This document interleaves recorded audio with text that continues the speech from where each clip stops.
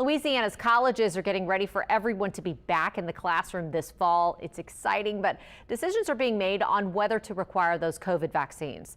At the state's flagship university, faculty and administrators are divided.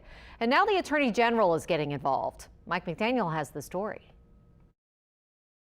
I happen to be a vaccinated person, so my fear level is not high, although it's not zero either. When Kevin Cope heads back to LSU's campus to begin teaching in-person classes this fall, a lecture won't be the only thing on his mind. It has not been clear to the administration the depth at which the faculty feels anxiety or concern about the situation on campus. That situation is LSU currently not requiring COVID vaccines for students, faculty, and staff.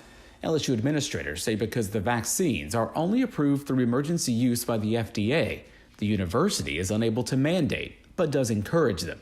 On the other hand, my concern is that we are setting up almost the perfect incubator to spread the disease among those who, for whatever reason, are not yet vaccinated, and also that we are in a situation where we could potentially create yet another variant. Going against the administration, LSU faculty members recently voted to pass resolutions pressing for a vaccine mandate.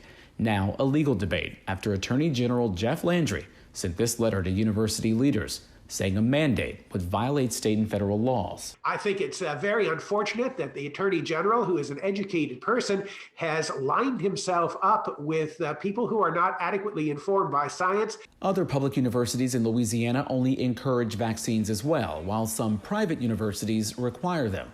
Right now, there are 5 vaccines required to enter LSU. Cope says there should be 6. Going to the university is an elective process. Nobody makes you go to the university, so it's perfectly reasonable to say that if you exercise that choice, you should make additional choices like getting vaccinated. While the legal debate could end up in court, Cope says higher education should be held to a higher standard. Mike McDaniel, Eyewitness News. Both Pfizer and Moderna have requested full authorization of their vaccines from the FDA. There's still no timeline on when those decisions will be made.